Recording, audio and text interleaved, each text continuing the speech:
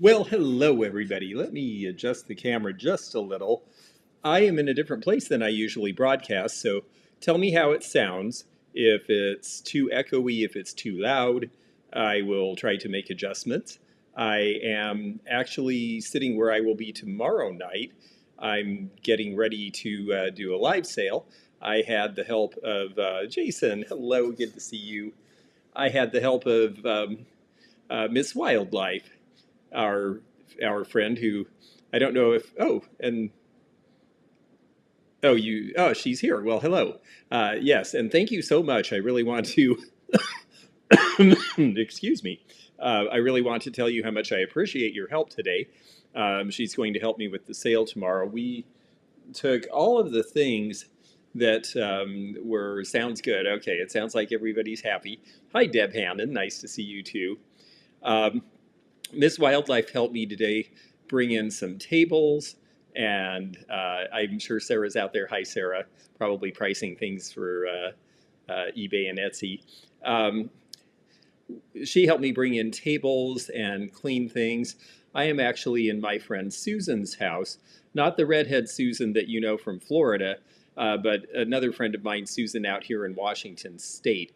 I'm in the Seattle area right now, and this Susan has just moved into assisted living in the last week or so, and she left a number of things behind that were family heirlooms or collectibles and some nice things. You probably see a couple of pieces of Waterford behind me. I can actually hold this up. So there's some Stangleware and some elegant depression glass, and um, some of that I'm really right in the way of it. It's going to be hard to show you. But there is a really neat, well, I'll just hold this one up. This is a cool and very heavy thing. This is Le Creuset, and it is the skeleton pot. And they are designed this way on purpose so that the skillet is actually the lid for the pot. And these have hardly, hello, Sarah. These have hardly been used, and that's probably the most valuable thing in the sale. But there's a nice consolidated glass vase. There's a number of square dishes. You know, I always talk about having a thing for square dishes. And there's a bunch of Stangle, a couple of pieces of Denby, a couple of things Miss Wildlife didn't see that I just found. So I'll just wait to surprise her and all of you tomorrow. But we're going to have a sale tomorrow at 4 o'clock on the Antique Nomad Live. Carol Sue Pope, nice to have you here. And happy birthday. I think today is the official day. So congratulations on being 39 again. A friend of mine's mom said that once she hit 50, she was counting backwards so that her second childhood would correspond with her actual chronological age. And she's in her 80s now, and I would say she's pretty much achieved that. Hedron, nice to have you here. Oh, Willie Joe, you use that skeleton pot all the time. It seems like a super useful, really great piece to have together. And apparently they are vintage, and apparently they sell anywhere from that one's really clean. Anywhere from 125 to 225 online. So, but everything in the sale tomorrow is going to start at $5, regardless of what it is. I wanted to help my friend out, and she said, "Look, you know, her family are all in California. They can't come get it." She said, "Please sell whatever you can because the rest of it's getting donated." And I said, "Well, we'll maybe bring some deals to some people." So we'll have fun with that tomorrow. And 61. Oh, very good. Well, good for you. You're just 2 years ahead of me. And so, anyhow, we will have a lot of fun with that tomorrow. There's also a wooden cabinet and a couple of goats. And so, one is a fur collar on it's a nice wool coat with little poodle wool buttons, and the other one's like I think it's an 80s LL Bean. So, there's a few interesting things, and I didn't want to see them just go away. And so we're going to do this for her, and hopefully that'll help her out a little bit because it's $4,000 a month for assisted living where she is, which is actually these days considered inexpensive. Oh, you still use the Le Creuset set you bought in France in the 70s. Oh, you lived in France for a while. Oh, how interesting. It must be really interesting to live in Europe. I've never had the opportunity. I've only been once, and I have it on my bucket list to go a bunch of other places, so we'll get there. And yeah, you hear a lot about Le Creuset. You don't see it in person a lot because honestly, most people hold on to it. She has one other piece here, and it has been cooked into death. And I think she's had that from the 70s. And I think that's why you don't see it more, is because people buy it. It's really well made. They use it forever, and then it's just like toast. If you buy anything, can you bring it back with you, or would that be too much trouble? No trouble at all. I'm happy to ship, but if you want me to bring it back with me, that's fine too. And I don't mind to do that. I know some of the folks are in this part of the country where shipping will be a little less, and some of it could be a little bit expensive because there are some big heavy things. And I am planning on being back there in well, that's kind of the next thing that I need to talk about. I have been slowly talking to people about this, really just people in my closest circle of friends, and you folks are one of that number of circles. And so I have been wanting to talk about things. I don't usually talk about my personal stuff all that much, but I am back in Seattle for health reasons.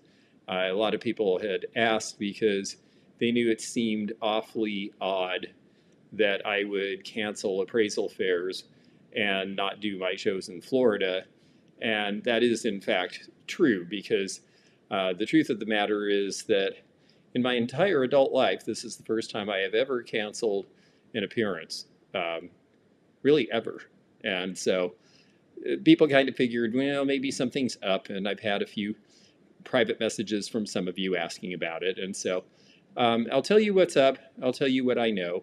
And I'll tell you, first of all, that I'm not losing a lot of sleep over things. I think things are going to be fine. But I started to have a cough in December, and I went to the doctor here, and she looked at the fact that I had had some little bit of roughness in my esophagus from having endoscopy and colonoscopy, and which came out perfectly fine. And she said, well, I'm going to put you on omeprazole. Well, it didn't do anything. And things got worse, and I started to really be having difficulty with breathing. And I got all the way to Kentucky with the notion that I was going to go do the Florida shows, and I realized I just did not have the breathing strength to unpack a van and do a show. And then I read that it was not a good idea to do lots of public speaking, like appraisal fairs, under the circumstances either. And so I talked with Zeno, and he said, I really think you ought to go back to Seattle. Washington is still my home state. I don't really spend 6 months of the year anywhere, so I just always left things the way they were. So this is where my insurance is, and we'll talk about that in a moment as well. So I intended to come back here, and I was driving back, and I got to Flagstaff, Arizona.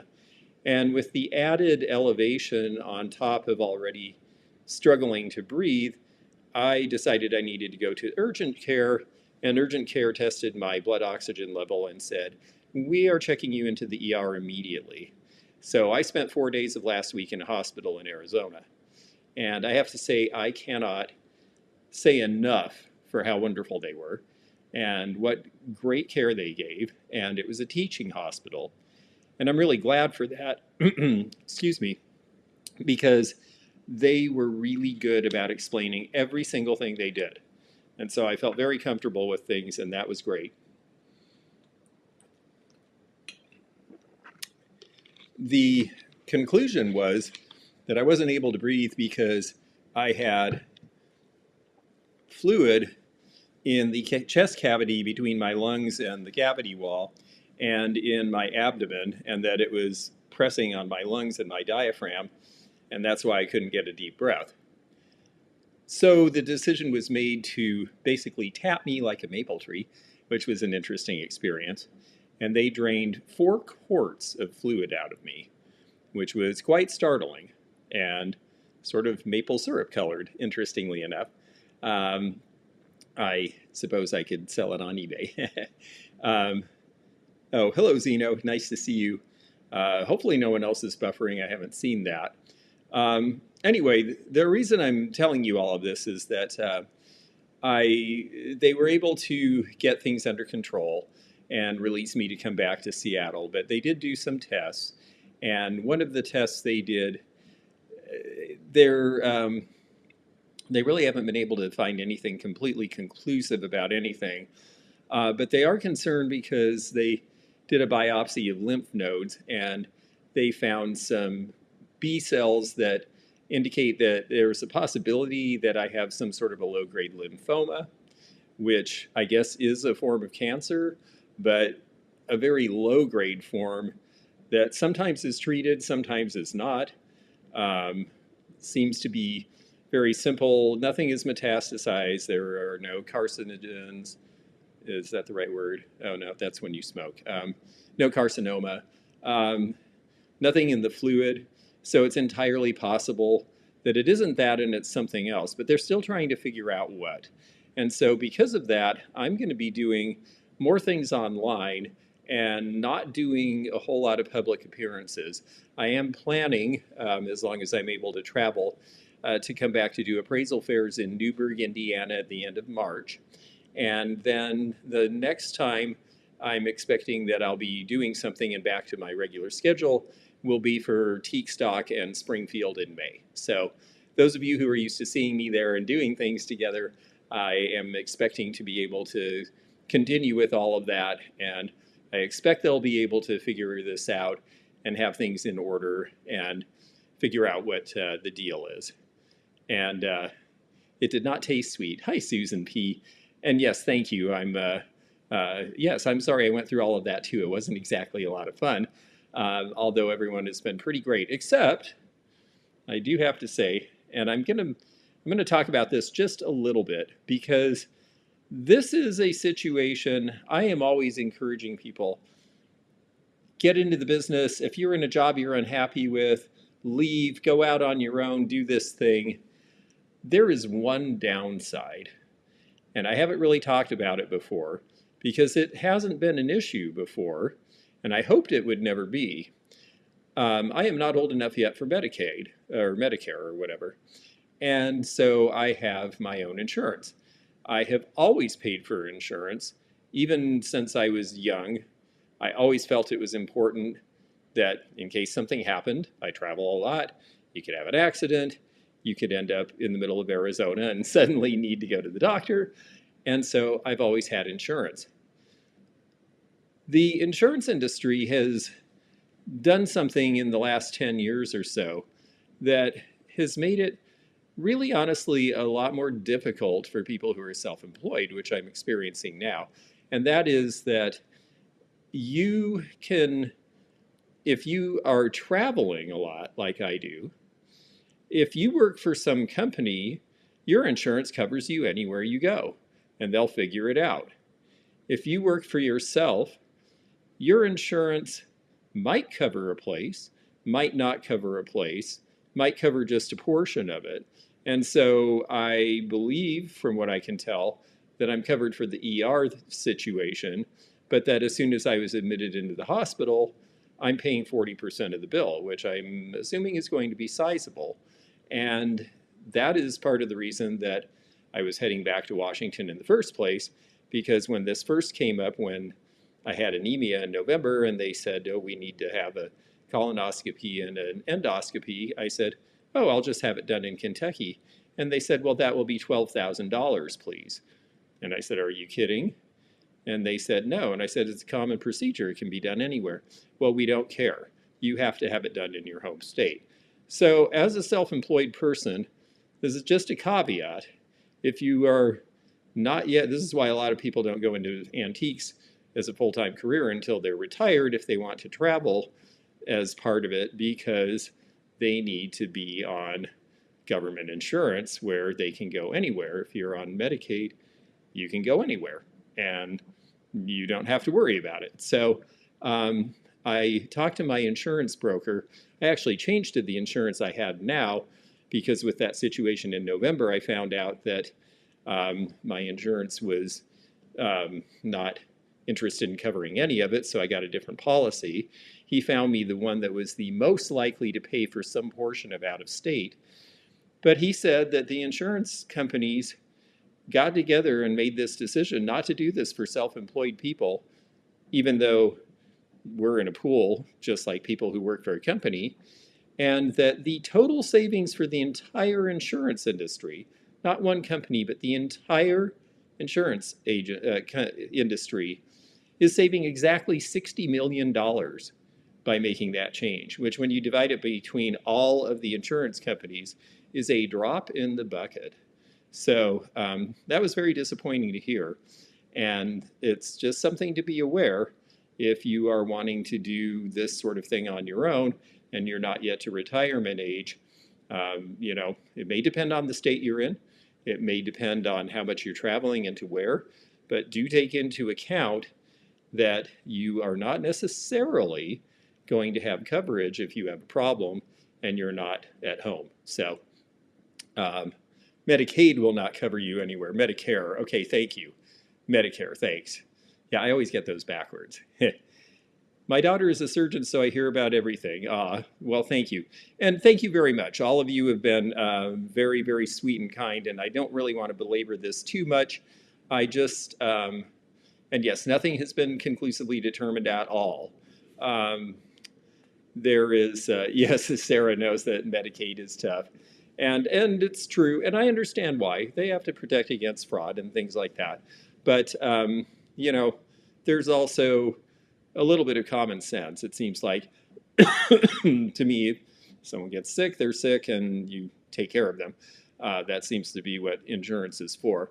The other thing I found that I was also surprised about was that in spite of many years, and I have a friend who's worked in the computer industry for years, linking all of these healthcare, you know, basically getting all the states so that they're HIPAA compliant, so that if you go somewhere, your records follow you and they can figure out who you are and what's gone on with you so that they're not in the dark.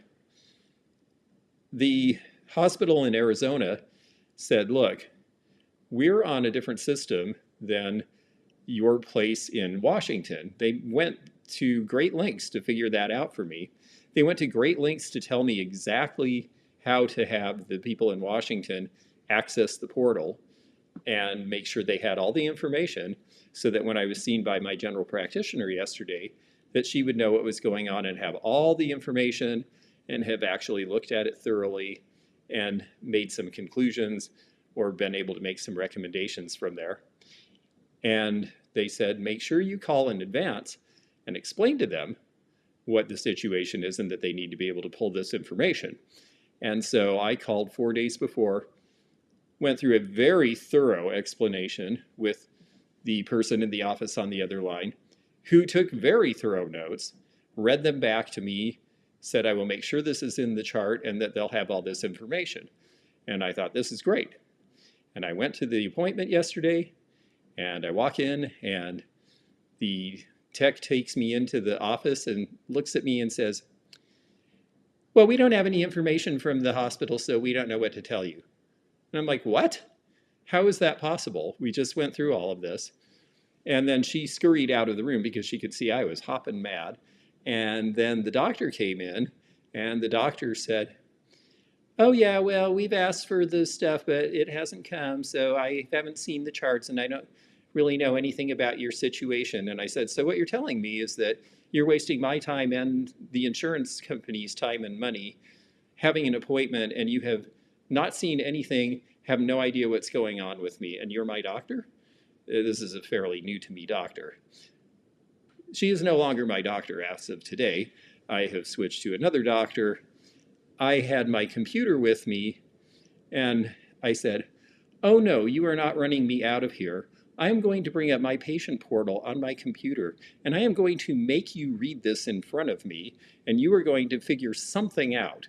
And that's when I got the referral to oncology, based on her 1 minute cursory look at the information that I was able to pull for her. So I just want to say, for all of us, we're all, some of us are young, some of us are older. All of us need to advocate for ourselves. And don't go in just expecting that they know everything and that they're the boss because they're the doctor and they understand and they've done all their homework. Because it was really obvious to me that they waited until the morning of the appointment and then just pushed the button saying, send records to the hospital without reading any of the instructions. And they were completely unprepared. And that told me all I needed to know. So anyway, there we go. That's my whole, well, what can I say? That's my story, and I'm sticking to it. And I do believe everything will be fine. There is nothing that seems to indicate that I need to be terribly, terribly concerned with all of this. But I wanted to be honest with all of you because you are my inner circle of people. And I've had a whole lot of comments and a whole lot of people saying, what happened to you? This isn't like you. And we know you're not telling us something. And so I didn't want to be that guy who is just sort of a face on the computer who only says what he thinks you want to hear and guards himself. I just wanted to be right honest with you and tell you where things are. Because I don't know things conclusively, I'm not sharing this with the wider group of people in the YouTube community or with our premieres or our regular stuff until and unless I have a better idea what's happening. But that is what I know, and I do expect that I will be here to play again and have fun with all of you in person in May. And in the meantime, well, all that stuff that I bought for the shows in Florida that I ended up not doing, I'm going to be doing some live sales. I'm putting a bunch in my antique mall spaces here. So if you're in the Northwest, you're going to see some pretty cool stuff that usually you wouldn't get to see because I'd have it with me in the car. And I'm also planning on doing some things, probably some sales with Heidi at Rosie's Auction House, probably some live sales on my own, including the one tomorrow. And we will just share interesting things that we found. We do have the level 2 video for you members that will be coming out tomorrow. That's your early access as members on level 2 and level 3 on both Patreon. Thank you to our Patreon folks, by the way, and our regular members. So that'll be coming out tomorrow. And we will continue to have videos. I will have to voice a few over because I wasn't really breathing too well when I was in Albuquerque and some of these other high elevation places. But I did see some really cool stuff, and I did get to film some really neat things. So we'll just add a little bit of narration to that. And we will have videos coming up on our regular times. And everything should go as normal for the time being. So anyhow, you can have an advocate go with you. Thank you. Yeah, dealing with the medical system and the insurance and all of that is, honestly, it becomes as much of the job as getting well does. I have noticed that. And so I'm going to try to minimize that as much as possible. I've actually talked to, there is a wonderful naturopathic college called Bastyr Institute here that deals with immune system things. I'm going to talk to them. I have an appointment. There's a functional medicine person who has experience in oncology who I also have an appointment with, in addition to a traditional oncologist and the new doctor. So I feel like I will be taken care of well and that this will all get worked out. And I'll keep you posted as things go on. I seem to be short of breath now. Well, yeah, that's the thing, is that I'm better than I was. I can breathe okay, but I do have to take extra breath, and I am breathing kind of, I'm speaking more in phrases than in long sentences. Everyone said, you could always be more brief and to the point, and this is definitely making me have to do that.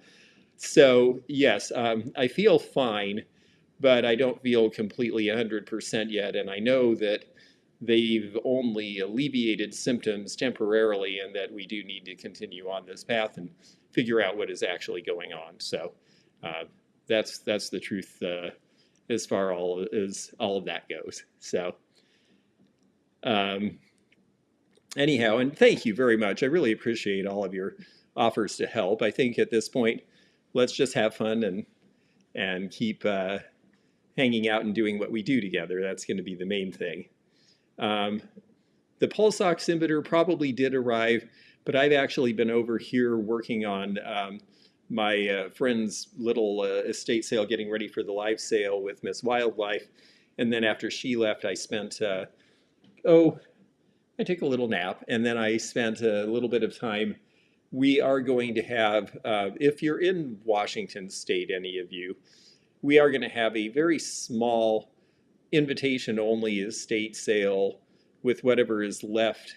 And, you know, there's general kitchen things and a camera and shredders and a fan and a little luggage and a few little pieces of furniture and kind of the usual things you'd have in a house that are left here.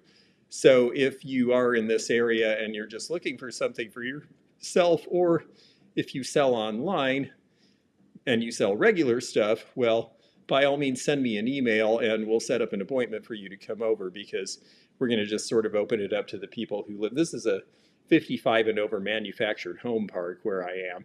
And so we will have people from the park able to come in, but we don't really have, we can't keep the gate open all day, so we're not having a public sale. But anybody who is interested in any of that is certainly invited.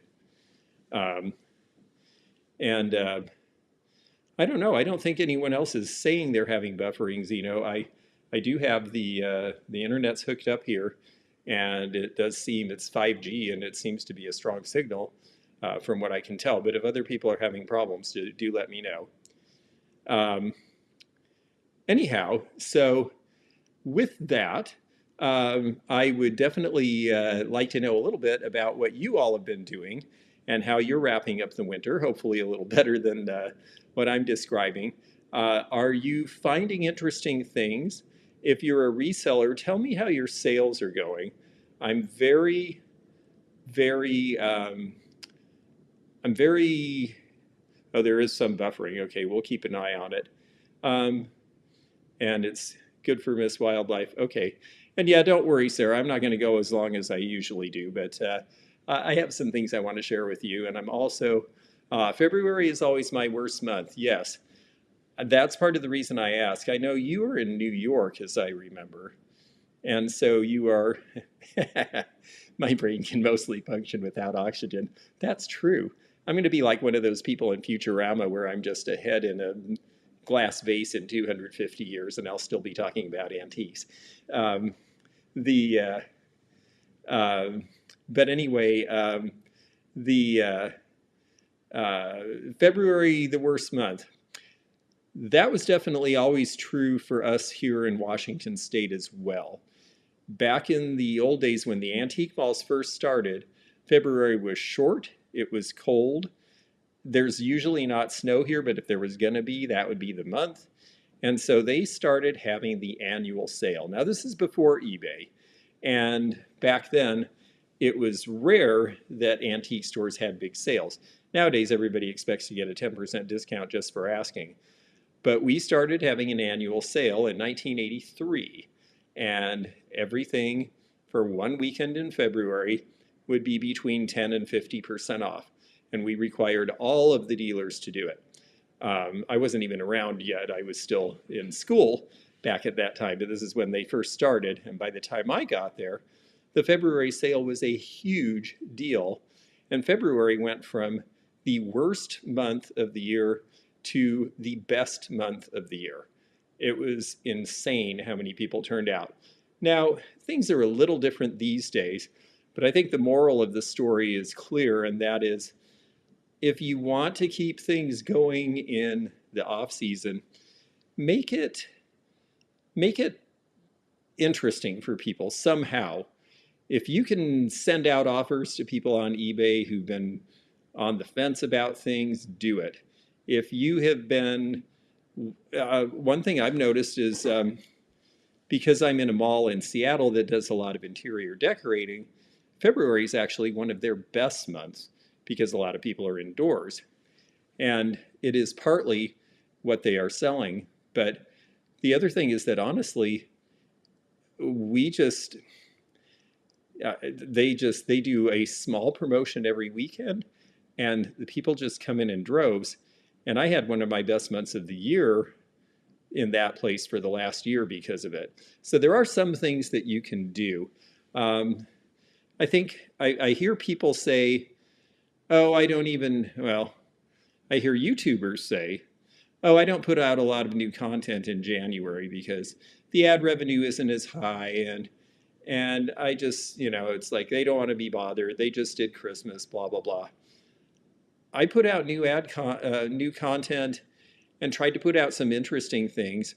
And yeah, in a selfish perspective, I suppose if I'd waited till advertisers were paying more at a different time of the year, I would have made more money. But I got a ton of new views and a bunch of new subscribers. And a lot of that is because people were looking for something different. And so I think that applies to what you're selling and how you're selling it. If you have something interesting, don't hold it back thinking, oh, well, this is the slow time of year. I'm not going to put my good stuff on, because you're guaranteeing it's going to be the slow part of the year that way. Don't be afraid to be the one who puts things out. I say this because I've had some pretty funny experiences over the years. I have a space, of course, in St. Petersburg, Florida. And the year that they had the BP oil spill in July, not tourist season, horrible event, couldn't have been a worse thing to say, don't go to the beach in Florida, than there's a giant oil spill that could come and destroy the beach in Florida. I had the best month I've ever had in that store because I put an unusual piece of furniture in and it sold. And it was like, that sold, so I had to reposition things, and then that made the booth look different, and then that brought in more interest, and it just snowballed. So don't give up. I guess that's the moral of this story, and maybe the moral of this evening is just keep doing what you do, what you like to do, and slow times are good times to think in terms of innovation. Let's see here. Oh, Karen, you're going to start. Doing eBay. Very good, and going through family stuff and what you can easily do. Yeah, exactly. Yeah, that is. Am I sitting inside the cabinet? No. I'm sorry if it's a little rattly. I have to prop the door open with the back of the chair because it shuts otherwise, and I have to be able to reach back into it tomorrow. So, Naomi, hello. I'm glad I'm okay too. It's great to see you. I'm glad you're here. So anyway, I guess I guess that's what I would say. And with that, I wanted to show a little bit of some things because people, also I think it's easy to, kind of run out of ideas as well because you're like, well, we did the holidays, they were good. Everyone's regrouping in January. Now what am I supposed to do? It's sort of in between things. Well, here are some ideas that I have found that I thought were pretty good, talking about what happens in spring.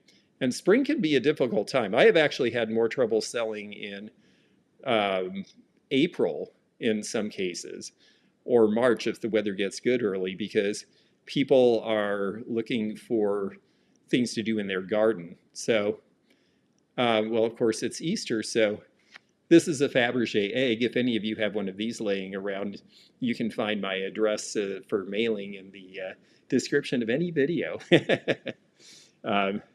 This is really pretty amazing, actually. But think in terms of what people are doing. If you're doing general household items or general objects of decor, obviously spring is a different time in terms of clothing and accessories. With ephemera and things, I realize that's a little more just collectors wanting what you have and not so seasonal. But for example, wicker furniture spring is the time to sell wicker. It has always done better in spring than any other time. I believe this is a 1970s piece, but with that little bit of green trim, it's evocative of Lloyd's Looms, which was a very big decorating and furnishing company in the 1920s. And then you see the dogwood glass set there. I believe that was made to go along with Joni dogwood dinnerware. And so you definitely will see people start to think this way, especially if you are in a northern climate where you've been snowed in, or if you are in the south where you have a screen porch and the weather's starting to be nice enough to take your meals out there. Another thing, you know me and hats, and I'm noticing people doing hat walls for spring, partly because they're functional. They can put one on and go out in the garden if it's a basic one, but also it's just kind of a fun look. And so this is definitely a spring thing. It's also conducive with Easter fashion. Let's see here. Even things like glass and ceramics. One thing I'll show you, let me go actually back to the regular camera here. One thing about my friend's sale that we're having tomorrow is that she loved Stangl pottery to decorate with her walls with. She's moved to a small place without a lot of walls, so she's letting go of a lot of stuff, but a lot of Stangl pottery looks like this. And this is a look that is definitely a spring look. So actually somewhat timely. Red Wing made this pattern in the 1950s. This is called Capistrano. And you can see the swallow here, right there. The swallow returning to Capistrano, and the wheat is growing and the fruit is out. And so we will see some people, some people change their decor seasonally. I know several people who are like that. And so, for example, you will see something that looks, you put your fun hats and purses on a hall tree, exactly. Yeah, that's a really fun way to do it too. So for example, here is a glass collector's display. And if you look at this setup, you'll see a lot of 1960s and 70s glassware in this picture, a little bit of Depression glass, and they've just done it as a rainbow of color because it's bright, it's fun, and at least here in Washington State, and I think in a lot of the northern tier, you're still going to have some rainy days, some cold days, some days where there isn't a lot of bright sun, and you're ready for it, and you really would like there to be some, and this is a way to get that mood and that feel. So a lot of people do that. Hi, Mary Jo. Yes, I am a little bit ill with something. They haven't really determined what. I was telling everybody that I was in the hospital in Arizona last week. My breathing had been terrible. It's still not perfect. I'm certainly doing better. But I had so much fluid on my lungs and in my abdomen, they had to tap me like a tree and get it out. And they are still trying to figure out what caused that. It could be lymphomatic. If it is, it's pretty low grade from what they can tell. There isn't anything metastasized or carcinomas or anything like that.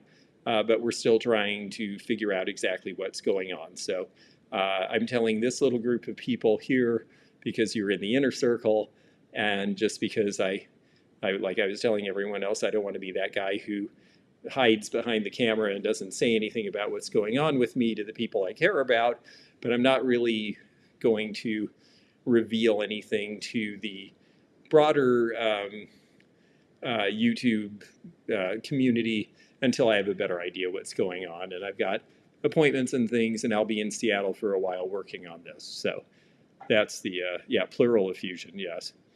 Deb redecorates for every season. There you go. Perfect example. Here are some various things that I associate with spring. This is cottage wear.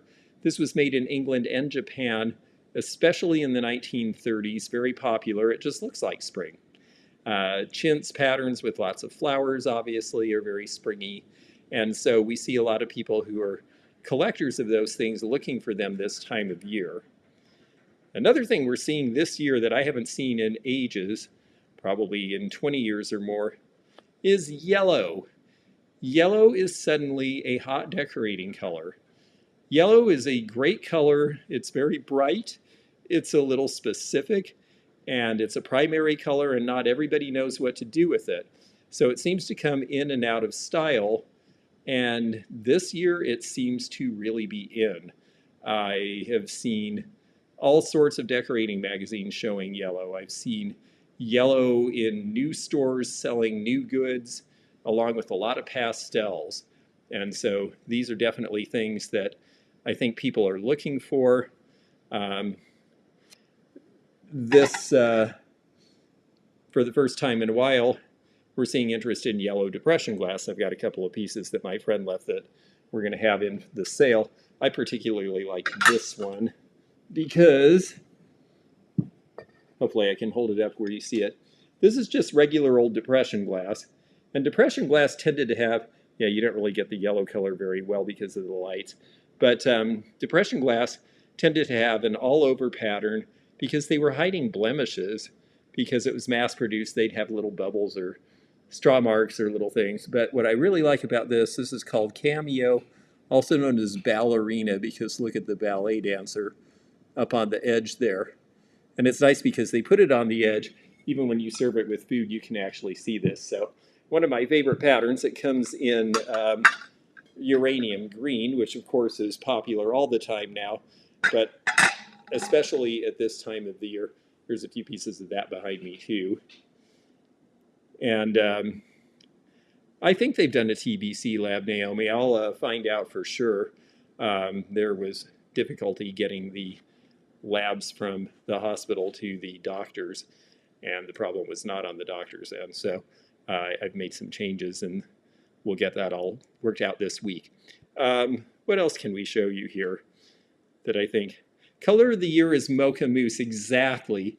Very good point, Carol. That's one of the reasons yellow looks good, is because mocha mousse is really a neutral. It's very unusual for the color of the year to be a neutral. It's the first time it's happened in a long time, and a lot of people are scratching their heads. I'm watching these stylists with clothes trying to figure out how to make mocha mousse a hot-looking color, and inevitably what they're doing is the skirt, the pants, the shoes, they're using it there, and then they don't know what to do with it in the rest of the clothing. And so that's where I think we're going to see some fun pops of color come in to offset some of that. Yes, this is, I should know this, that's right. Just crocheted a yellow Juliet dress. Yes, Miss Oodalali loves the color yellow. Of course, she's an apiarist and raising bees and honey, and yellow is her color. And I think it's very exciting. This is a great year for yellow for you. And I agree with this. I love mousse. It's one of my favorite desserts. Color of the year, don't completely get that. So, anyhow. But what I do understand is that people are looking for things that are evocative of spring. Walls of botanicals. We are starting to see botanicals sell in a way that they haven't for probably 30 years. I'm not saying that they're hot, hot, hot, but they're definitely something I'm getting requests for and I'm seeing sell in a way. I had two wonderful botanicals that were from the 1850s in Victorian frames that were $24 a piece, and they sat for over a year. And they both sold last week to two different people. So I think the time has come for them. Another thing people will do is they'll lighten up the interior by changing linens. You see chenille, you see quilts, you see lots of things that are bright and happy because the dark, heavy wools and the winter stuff is going in the cedar chest, and this is coming out for the season. Hey, Corinne. Yeah, I can't wait for spring either. And this is interesting. You do okay with botanical postcards. Yeah, exactly. And I used to not be able to sell botanical postcards, but I see a customer for that now too. So I think that that's great. And it is interesting. I'm glad you mentioned that because I always think of you when I'm having these conversations and I think, well, he does a lot of ephemera, so how does this really relate to him? But that's actually a great point. Another thing that relates to you in general is, let me see if I can find it here. Oh, yeah, these are just great postcards. I worked with a woman in the antique business, and she was a lot of fun. Her name's Jonna Lee. She lives here in Seattle. She's retired now, but she grew up in a very strict, very religious household. She said Christmas was not a time of great joy because it was all about focus on the religious aspects of Christmas. She said Easter was the same, but Easter was the one time they were allowed to cut loose and have color, and they'd buy the old postcards and put them out, and they would have posters and prints and various paper ephemera, and they were allowed to decorate and put out happy linens, and it was the happy time. It was the one really fun holiday of the year for her. And I thought that was very interesting because after Halloween and Christmas, Easter is in fact the most collectible of the holidays. And I just think that it is. I just think it's really fun. I especially love these guys. They are playing an old game. It's egg toss, and this is a late Victorian, early 20th century game where you would have two sticks and a string, and the idea was to pick up the egg and throw it. I guess that was before hiding eggs. Hiding eggs, boy. Yeah, I was a really good hider as a kid. I hid one egg so well and then couldn't remember where it was. Nobody could find it, so there was a missing egg. And Dad found it with the lawnmower 3 weeks later, and there was such a horrible sulfur smell that the neighbor called the gas company. So, yes. The other thing, though, is that, we talk about decorating. People will bring mirrors into decoration for the spring season because it's an opportunity to bring more light into the house because there is more daylight, and maybe it's still dim outside or the days are not totally long, but you can reflect light around the house. So mirrors tend to do well this time of year. And yes, it is similar to a Chinese yo-yo. Screen doors. Old screen doors. Now, this is a big thing. Not everybody is going to necessarily rush out and buy these as a reseller, but if you have a nice old house, old screen doors are actually pretty valuable. Surprisingly so. They usually sell for $150 to $200, and more if they came off an old general store and have advertising. Oh, devil sticks that are fun to play with. That does sound fun. Another thing that we see, I thought this was interesting, taking things that are not specifically planters but have interesting graphics and turning them into planters, or at least for air plants or something if you don't want to rot the bottom out. So here's all these old grease cans, which are collectible, and then they're put together in a way where they're actually being used with modern plants. And I thought that was a really fun display. So people are pretty creative with stuff in the spring. And I guess the moral of all of this is don't give up on spring. Spring may be a time when we compete with people going outdoors and gardening, and there's a different focus, but whether you sell patio furniture or planters, there is a customer still, and they will buy some of the cool old things that we find. Now, of course, there's also the Easter customer, and they want the things that pertain to Easter. So let me show you a few more of those that I think are fun. These are newer, but they made them way, way back in Victorian times as well, where you would take a box and then you would make some sort of a vignette that was Easter-oriented with eggs and little birds and little flowers and all that kind of thing. If you can find old ones, and old could be 1960s or 70s at that point, there is definitely a collector audience for this.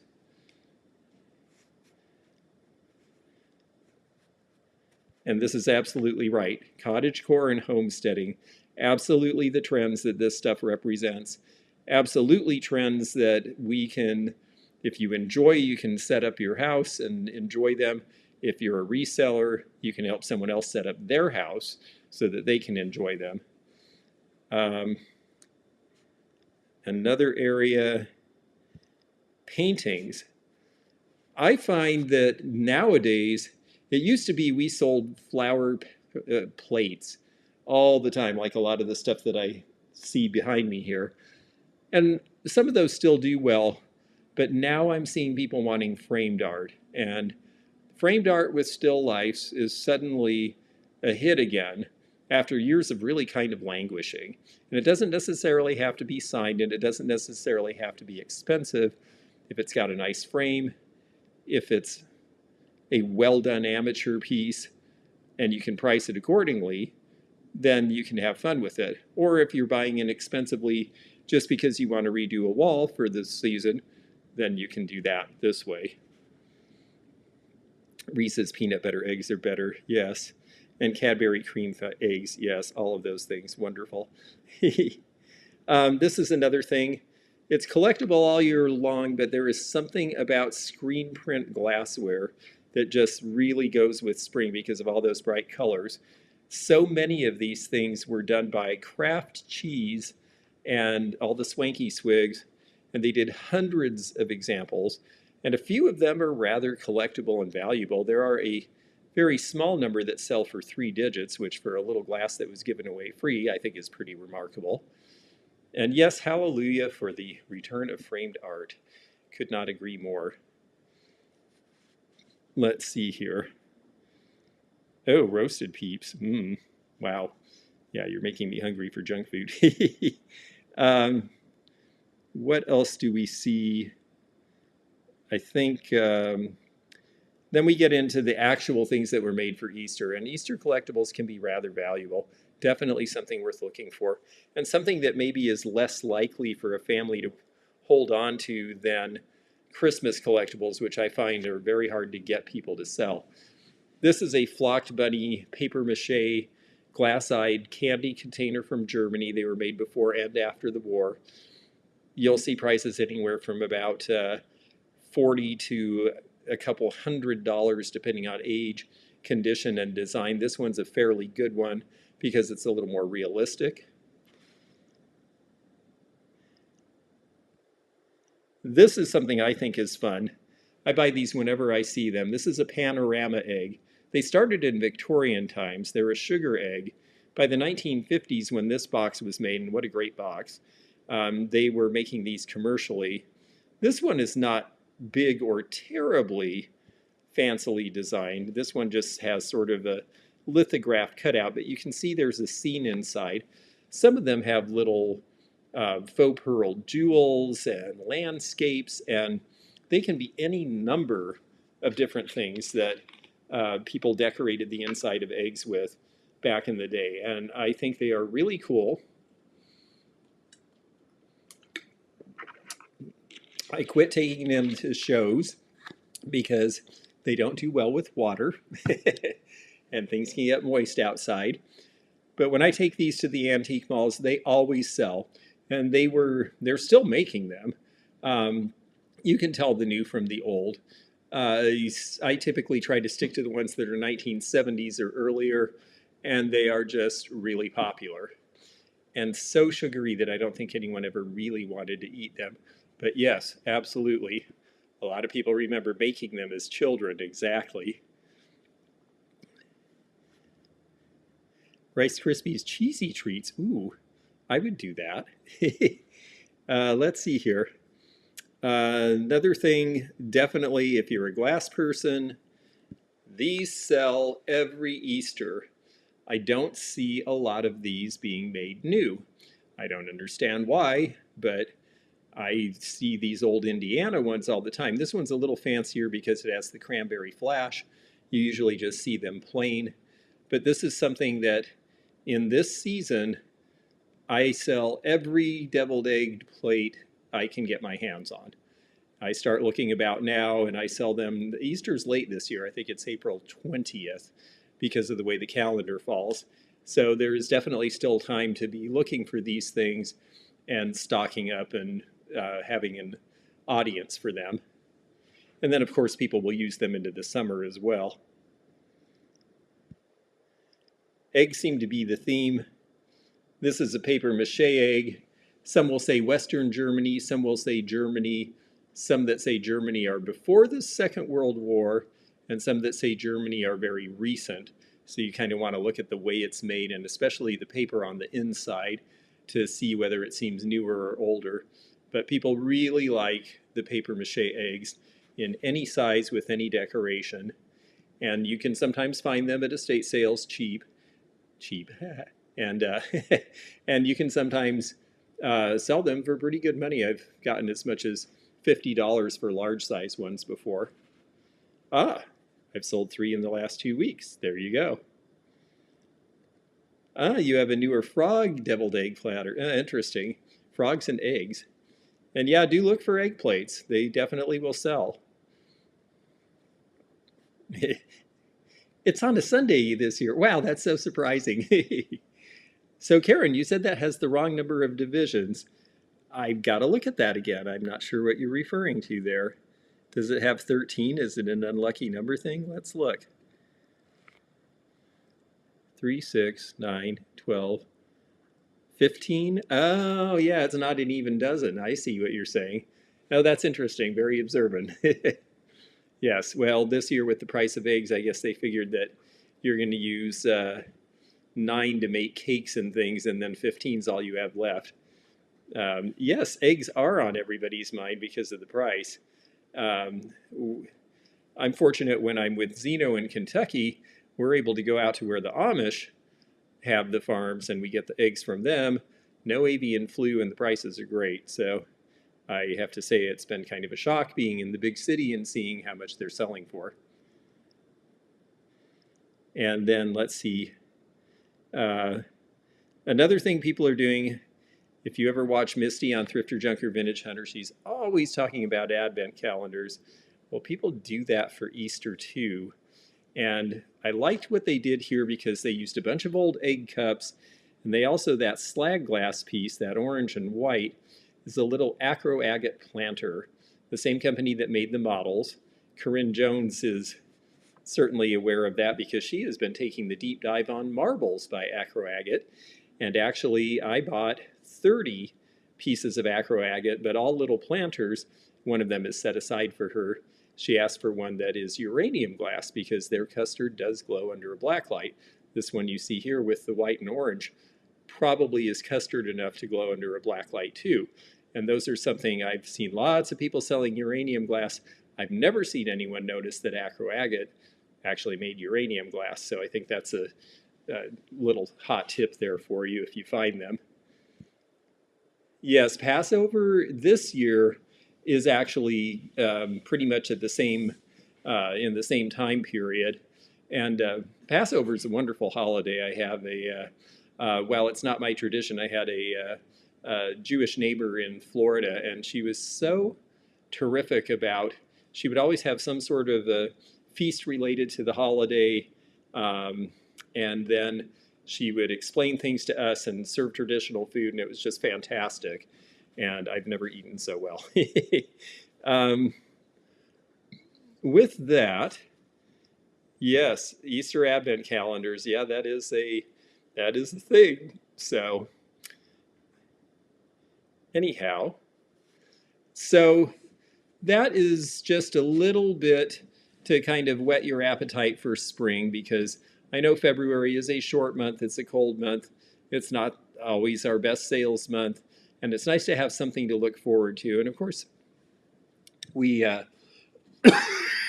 excuse me.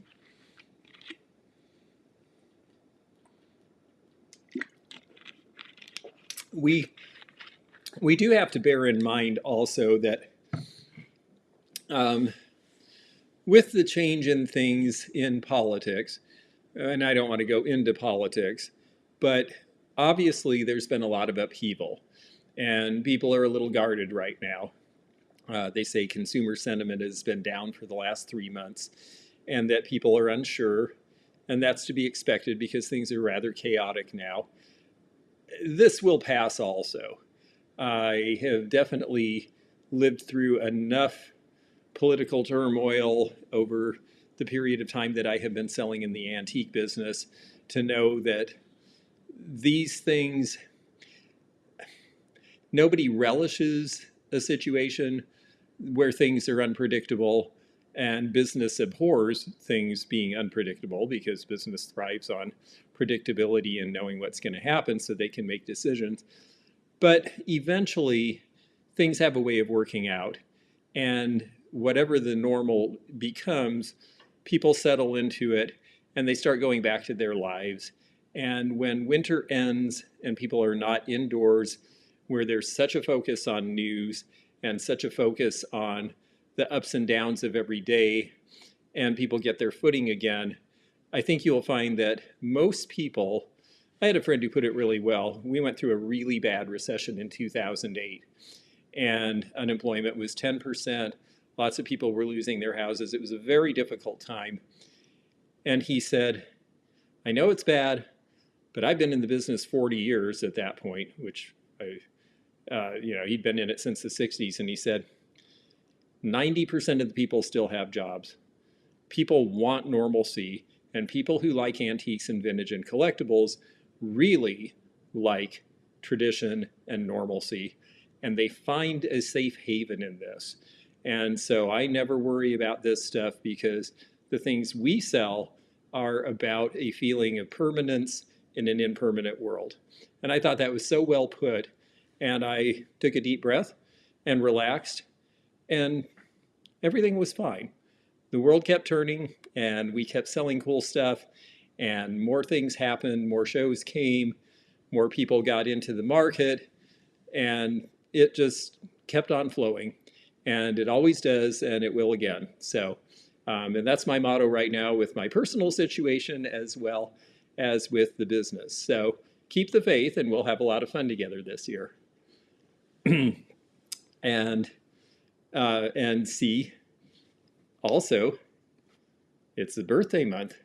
It's Zeno's birthday month. Betty R., who my friend in Mexico, who you've all met through the YouTube, it's her birthday month. So see, somebody is always having a good time all the time. And that can be us too. I love this little bubble because we just get to go back in time to wherever our happy place is. So I hope you all have a wonderful evening. I am going to cut it a little short because, as Sarah said, I probably need to conserve my strength a little bit right now. But we will have another chat. It won't be as delayed this time because I will be in a place where I will be able to breathe and do things normally. So look for that probably in the next couple of weeks. It'll probably be on a Wednesday like they usually are. But I really, really appreciate very much all of you taking time tonight. Thank you for letting me go off on my little soapbox about my situation and the situation with insurance and doctors. And just know that all will be well for all of us. And I am looking forward to the rest of this year and all the cool things that we're going to do together. So I will see a lot of you sooner than later. And if you have any questions, I'm going to stay in the chat. I'm going to hit the outro, and that gives us about 4.5 more minutes. So we will talk to you all very soon.